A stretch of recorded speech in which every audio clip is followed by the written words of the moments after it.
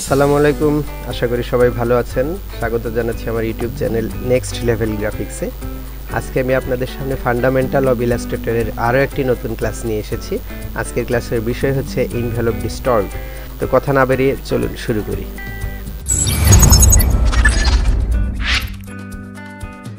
Envelope and distort হচ্ছে আমাদের এই যে আমরা যখন অবজেক্টে যাব, অবজেক্টে গিয়ে এই যে আমাদের এখানে যে অপশনটা আছে এনভেলপ ডিস্টর্ট, এখানে যে বিষয়গুলো আছে এগুলো এখন দেখা যাচ্ছে না।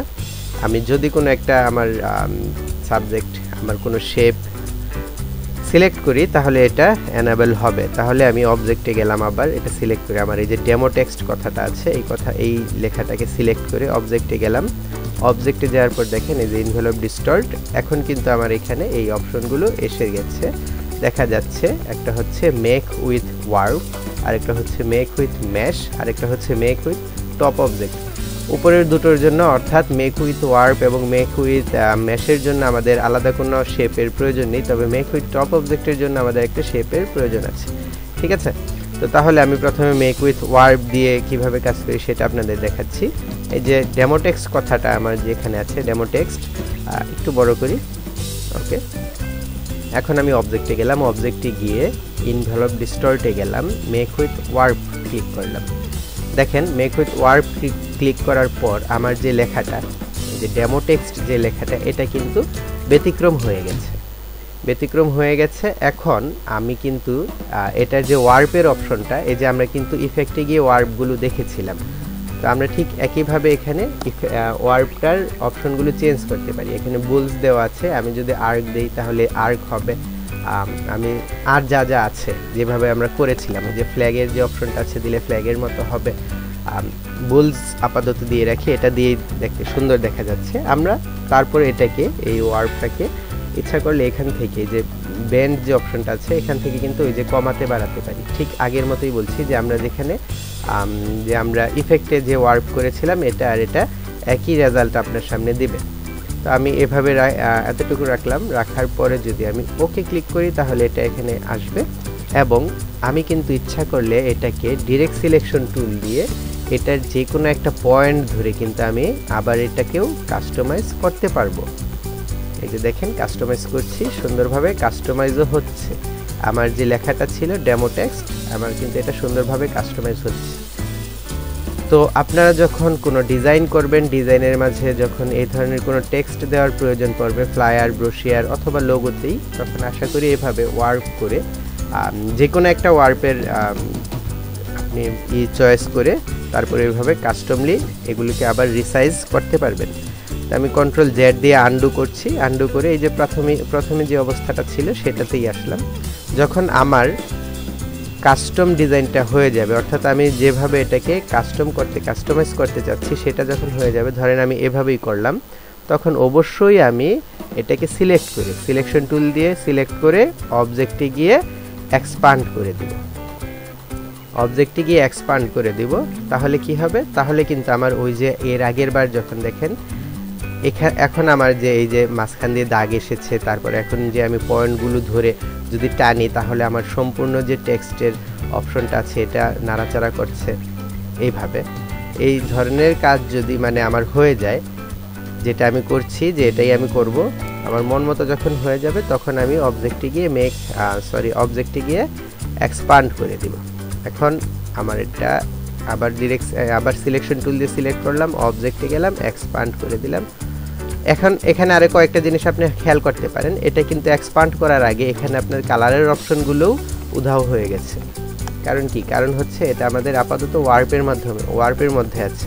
তো যাই হোক, আমরা অবজেক্টে যাব, অবজেক্টে গিয়ে এক্সপান্ড করে দিব, ওকে দেওয়ার পর দেখেন এই যে কালারের অপশনগুলোও এসে গেছে। এখন কিন্তু আমি আবার ওইভাবে যেটা করেছি, যে কাস্টমাইজগুলো করেছি ডিরেক্ট সিলেকশন টুল দিয়ে কোনায় ধরে এখন কিন্তু আর এটা সম্ভব না। এখন আমার প্রত্যেকটা কোনাতেই অ্যাঙ্কর পয়েন্ট এসে গেছে। দেখেন এখন আমি আবার এক একটা টেক্সট অনুযায়ী এইভাবে ডিরেক্ট সিলেকশন টুল ধরে টেনে এক একটা টেক্সট আলাদাভাবে এখন কাস্টমাইজ করতে পারবো। এখন আর সবগুলো একসাথে ওইভাবে করা সম্ভব না। তো এক্সপান্ড অ্যাপারেন্সের বিষয়টা আমি গত ক্লাসেও বলেছি, এই ক্লাসে একটু বললাম। আমি যত ক্লাস করব আস্তে আস্তে এই বিষয়গুলো পরিষ্কার হবে, যে এই কাজগুলো আমরা আসলে খুব আলাদা ক্লাসের প্রয়োজন নেই, কিন্তু প্রতি ক্লাসে দরকার আছে। যেই বিষয়গুলোর জন্য আমরা আলাদা ক্লাস করব না, কিন্তু দেখা যাচ্ছে যে ছোটোখাটো বিষয়গুলো খুবই গুরুত্বপূর্ণ। আস্তে আস্তে এগুলো আপনাদের সামনে আরও এক্সপ্লোর করব আমি।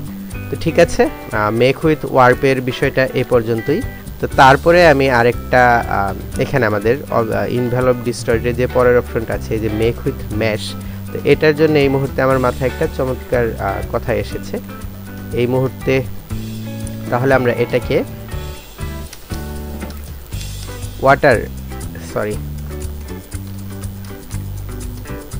ওয়াটার আমরা এই ওয়াটার কথাটাকে মেক উইথ ম্যাশ দিয়ে বানাবো। ওকে, তো ওয়াটার কথাটা আমি লিখলাম। এখন কিন্তু এটাকে আমি রাইট বাটন ক্লিক করে ক্রিয়েট আউটলাইন ইচ্ছা করলে করতেও পারি, অথবা ক্রিয়েট আউটলাইন ছাড়াও আমার এটা হবে।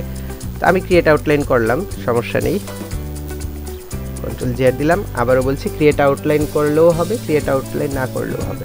তো যাই হোক, আমি দুটোই করে দেখি আসলে হয় কি না। অনেক দিন আগে করা তো, এই মুহূর্তে ঠিক মাথায় মনে আসছে না যে এটা হবে কি হবে না। মেক উইথ ম্যাশ, ওকে, হয়ে যাবে। ক্রিয়েট আউটলাইন ছাড়া ক্রিয়েট আউটলাইন করলেও হয়ে যাবে। ক্রিয়েট আউটলাইন অবজেক্ট থেকে envelope distort, make with mesh, okay, হয়ে যাবে। দুটোই হয়ে যাবে, অর্থাৎ ক্রিয়েট আউটলাইন করলেও হবে, ক্রিয়েট আউটলাইন না করলেও হবে। এখন আমি আপনাদেরকে এই বিষয়টা একটু বিস্তারিত বলি। তো অবজেক্টে গেলাম, অবজেক্টে গিয়ে ইনভেলপ ডিস্টর্টে গেলাম, তারপরে এই যে মেক উইথ ম্যাশ যে কথাটা আছে সেটা এসেছে, এখানে ক্লিক করলাম। তো ম্যাশের যে বিষয়টা, এখানে কিন্তু আমাদের ম্যাশের জন্য আলাদা একটা টুল আছে। এইখানে এই আমাদের টুলে আমাদের যে টুল প্যানেলটা আছে, এখানে ম্যাশের একটা আলাদা টুল আছে। এই যে এই টুলটা ম্যাশ টুল নিয়ে এখন আমি ক্লাস নেইনি। এখানে যেহেতু এসে গেল, জাস্ট একটু সংক্ষেপে একটু বলি ছোট বিষয়ে, যে ম্যাশের যে অপশনটা হচ্ছে, ম্যাশ দিয়ে আমরা আলাদা জায়গায়, যে কোনো জায়গায় আলাদা আলাদা অ্যাঙ্কর পয়েন্ট তৈরি করি। হ্যাঁ, এখানে দেখেন আমার যে লেখাটা আছে, ওয়াটার লেখাটা, এখানে ম্যাশের যে অপশনটা আছে, এখানে র আছে 4 এবং কলামস আছে 4। অর্থাৎ দেখেন এখানে কিন্তু কলাম 1 2 3 4টা কলাম দেখা যাচ্ছে, এবং রও 4টা দেখা যাচ্ছে, 1 2 3 4। তো আমি এখানে ইচ্ছা করলে এটা বাড়াতে পারি, কমাতে পারি। আমি যদি র 5টা নেই, এই যে দেখেন র এখানে বাড়ছে। আমার আপাতত 4টা র এর বেশি দরকার নেই, কলামেরও খুব একটা বেশি দরকার নেই। 4টা কলাম আছে, 4টাই থাক। আমি জাস্ট ওকে দিলাম। ওকে দেওয়ার পর দেখেন আমার এই যে এখানে কিন্তু অ্যাঙ্কর পয়েন্ট এসেছে। এই অ্যাঙ্কর পয়েন্টগুলো আমার কি সুবিধা দিবে, আমি কিন্তু এই অ্যাঙ্কর পয়েন্টগুলো সিলেক্ট করে আমার এই ডিজাইনটাকে, এই ওয়াটার লেখাটাকে চেঞ্জ করতে পারি, কাস্টমাইজ করতে পারি। তো দেখেন আমি এটা কিভাবে সিলেক্ট করব। অ্যাঙ্কর পয়েন্ট সিলেক্ট করার অপশন কি? অ্যাঙ্কর পয়েন্ট সিলেক্ট করার অপশন হচ্ছে ডিরেক্ট সিলেকশন টুল এবং আমার লেসো টুল। তো ডিরেক্ট সিলেকশন টুল দিয়ে যদি আমি এখানে ক্লিক করি, দেখেন ক্লিক করে ড্র্যাগ করি, তাহলে কিন্তু আমার অ্যাঙ্কর পয়েন্ট যেদিকে যাচ্ছে আমার লেখাটা ওইভাবে যাচ্ছে। কন্ট্রোল জেড দিলাম। আমি এখন এই যে লেসো টুল দিয়ে সিলেক্ট করলাম। লেসো টুল দিয়ে সিলেক্ট করার সুবিধা আপনারা জানেন যে আমরা একসাথে অনেকগুলো পয়েন্ট এখান থেকে সিলেক্ট করতে পারি, অনেকগুলো পয়েন্ট। এই যে যখন আমি লেসো টুল দিয়ে এখানে ক্লিক করলাম, এটা ক্লিক করে সিলেক্ট করে রাখি, আবার লেসো টুলে গেলাম, দেখেন প্রথমবার সিলেক্ট ছিল না দেখে এটা একটু অন্যরকম, মানে পিছনের যে দাগগুলো আছে সেগুলো চলে গিয়েছিল, এখন কিন্তু আবার দাগগুলো আছে। আমি এই যে লেসো টুল দিয়ে সিলেক্ট করলাম, কি সিলেক্ট করলাম? এই যে অ্যাঙ্কর পয়েন্টগুলো আছে, এই যে মাঝখানের এইগুলো। তো যখন আমি সিলেক্ট করব, সিলেক্ট করে কিন্তু আমি ডিরেক্ট সিলেকশন টুল দিয়ে এটাকে ড্র্যাগ করে দেখেন এইভাবে মন মতো একটু মন মতো এটাকে আমি কাস্টমাইজ করতে পারি। অথবা আমি আমার যে অ্যারো কি আছে, অ্যারো কি দিয়ে প্রেস করে আমি আমার মন মতো এটাকে একটু কাস্টমাইজ করতে পারি। এই যে এতটুকু করলাম, তারপরে আমি আবার লেসো টুলে গেলাম। এখন আমি এটা আবার সিলেক্ট করে নিতে হবে। তারপর আবার লেসো টুলে গেলাম। এখন আমি আবার এই যে মাঝখানে যেটা আছে, মাঝের যেই অ্যাঙ্কর পয়েন্টগুলো আছে সেগুলো সিলেক্ট করছি। সিলেক্ট করে এখন এটাকে আমি একটু ডান দিকে নিচ্ছি। প্রথমবার একটু বাঁ দিকে নিয়েছিলাম, এখন একটু ডান দিকে নিচ্ছি। এটাই তো নিলাম। আচ্ছা, তো তারপরে এখন নিচের যেটা আছে সেটাকে একটু নিব।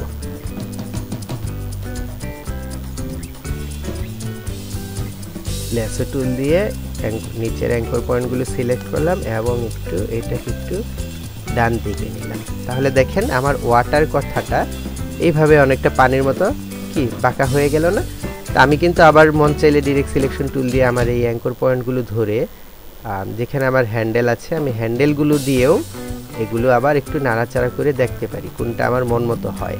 একটা ডিজাইন যদি করেন, ডিজাইনটা অবশ্যই আপনারা আপনাদের মন মতো খুব ভালোভাবে করবেন, তাই না?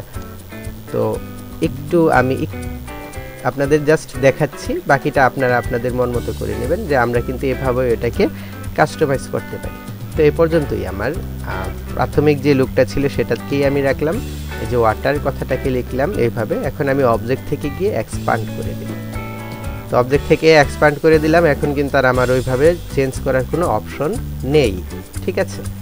নেই। এখন ওয়াটার কথাটা ওয়াটারের মতো লাগছে কিনা আমরা এটা দেখার জন্য একটু ওয়াটার নিয়ে আসি একটা।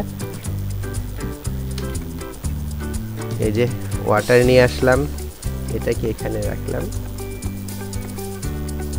অ্যারেঞ্জ থেকে সেন্ড টু ব্যাকে পাঠিয়ে দিলাম। দেখেন ওয়াটার কথাটা, কালারটা আমি এই কালারটা নিই। দেখেন ওয়াটার কথাটা কিন্তু ওরকম খুব সুন্দর দেখা যাবে। হ্যাঁ, তো এটাকে আমি একটু যে করে দিচ্ছি ফ্রি ট্রান্সফর্ম থেকে। এই যে আমাদের যে পার্সপেক্টিভ ডিস্টর্ট যেটা ছিল, আমি এটা যেদিন ক্লাস নিয়েছি তখন আপনাদের বলেছি, এটা দিয়ে একটু নিচের অংশটা টেনে দেই। সুন্দর কথাটা আসলে দেখেন ওয়াটার কথাটা কত সুন্দরভাবে এখানে দেখা যাচ্ছে। একটু অপাসিটি কমিয়ে দেখি কেমন দেখা যায়। অপাসিটি 70% দিলাম। দেখছেন খুব সুন্দরভাবে ওয়াটার কথাটা এখানে চমৎকার দেখা যাচ্ছে, তাই না? একটু সাদা নিয়ে দেখি। আমার মনে হয় সাদা নিলেই ভালো হবে। সাদা নেওয়ার পর এটার অপাসিটি আরো কমিয়ে দিলাম। এই যে তো দেখেন ওয়াটার কথাটা কত সুন্দরভাবে মনে হচ্ছে যে ঢেউ খেলছে, তাই না? তো আজকে এটা এই পর্যন্তই, এই মেক উইথ টপ অবজেক্ট যেটা এনভেলপ ডিস্টর্টের।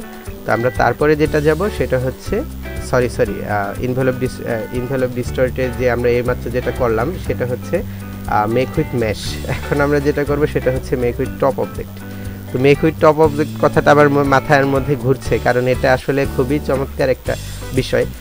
আমরা এর আগে যেটা করেছি এখানে যে মেক উইথ ওয়ার্প দিয়ে তো আমরা একটা নির্দিষ্ট যেই শেপগুলো আমাদের কম্পিউটার, আমাদের এআই যে শেপগুলো আমাদের দিচ্ছে আমরা সেটা দিয়েই করছি, কিন্তু মেক উইথ টপ অবজেক্ট যেটা সেটা আমরা আমাদের মন মতো শেপ দিয়ে করতে পারবো। তো কথা না বাড়িয়ে চলুন দেখি কিভাবে করব। ছোট্ট একটা উদাহরণ, ধরেন এই যে এক কথাটা আমি এখানে লিখলাম এবং আমি চাচ্ছি যে আমার এই এক কথাটা আমার এক শেপের মতো হোক। তাহলে আমি এখানে একটা এক শেপ বানাই। এই যে বানালাম, ডিরেক্ট সিলেকশন টুল দিয়ে এই পয়েন্টগুলো সিলেক্ট করে একটু নিচের দিকে দিই। এখন মনে হচ্ছে যে এটা এগের একটা শেপ হয়েছে, তাই না? তো দেখেন এখন কথা হচ্ছে আপনারা আমি যখন আপনাদের লেয়ারের কিছু বুঝিয়েছিলাম যে আমার কোন বিষয়টা উপরে আছে কোন বিষয়টা নিচে আছে, এই বিষয়টা এখানে খুবই গুরুত্বপূর্ণ। আমার এই লেখাটা উপরে আছে না এই একটা উপরে আছে? উপরে আছে বলতে আমি লেয়ারের উপরের কথা বলছি। হ্যাঁ, এভাবে উপরে না যে এক কথা উপরে এটা উপরে, এভাবে উপরে না। আমি কালার চেঞ্জ করি, কালার চেঞ্জ করলে আপনারা একটু বুঝতে পারবেন। এই যে এখন দেখেন এটা আমার কোথায় আছে, এমনি চোখে উপরে আছে, বাট লেয়ারে কোথায় আছে এটার অবস্থান? লেয়ারে এটার অবস্থান হচ্ছে এই শেপটার নিচে। দেখেন লেয়ারে এই শেপটা এটার উপরে আছে। এই যে যখন আমি নিয়ে যাচ্ছি এই শেপটা দেখেন এই লেয়ারটা কিন্তু এই নিচের এক শেপটার উপরে আছে, তাই না? তো আমি এটাকে উপরে আনবো। আমি একটু লেয়ারটাকে একটু চেক দিয়ে দেখি। এই যে এক কথাটা দেখেন, এরপরে হচ্ছে কি আমার পাথ। এই যে আমার এই পাথটার উপরে আছে এক কথাটা। তো যাই হোক, আমি এটাকে অ্যারেঞ্জ থেকে ব্রিং টু ফ্রন্টে নিয়ে আসলাম, এটা উপরে চলে আসলো। এখন দেখেন এটা কিন্তু উপরে আছে, এখন লেখাটার উপরে এটা আছে। এখন আর লেখাটা শেপের উপরে দেখা যাচ্ছে না। তাহলে আমি কি করব? দুটোই সিলেক্ট করব, যে দুটো আমি করব দুটো সিলেক্ট করব, অবজেক্টে যাব, এনভেলপ ডিস্টর্টে যাব, মেক উইথ টপ অবজেক্ট। দেখেন এই যে এক কথাটা এগের যে শেপটা ছিল সেই শেপ অনুযায়ী হয়ে গেছে, ঠিক আছে? এটা কিন্তু এটার নিচে থাকলে হবে না, বারবার বলছি। আমি এটার একটা কপি নিচ্ছি, Ctrl+C Ctrl+V দিয়ে একটা কপি নিলাম, নিচে রয়ে গেল। এখন এই যে এই এক কথাটা সিলেক্ট করলাম এবং উপরের শেপটা সিলেক্ট করলাম, অবজেক্টে গিয়ে এখন এনভেলপ ডিস্টর্টে গেলাম, মেক উইথ টপ অবজেক্ট। এখন দেখেন এক কথাটা কত সুন্দরভাবে এগের যে শেপটা ছিল সেই শেপে চলে গেছে। পিছনের শেপটা আমি রেখেছিলাম জাস্ট দেখানোর জন্য আপনাদের। আমরা কিন্তু শুধুমাত্র যে এগের শেপে করব এমন কিছু না, যে কোনো শেপেই এটা সুন্দরভাবে আমাদের কাজে দিবে। এটার কালারটা আমি একেবারে সরাসরি ব্ল্যাক করে দিচ্ছি, চোখে যেন দেখা যায়। যে কোনো শেপেই আমি এখন একটা ফিশের শেপ তৈরি করছি, খুব কম সময়ের মাঝে একটা ফিশের শেপ তৈরি করব।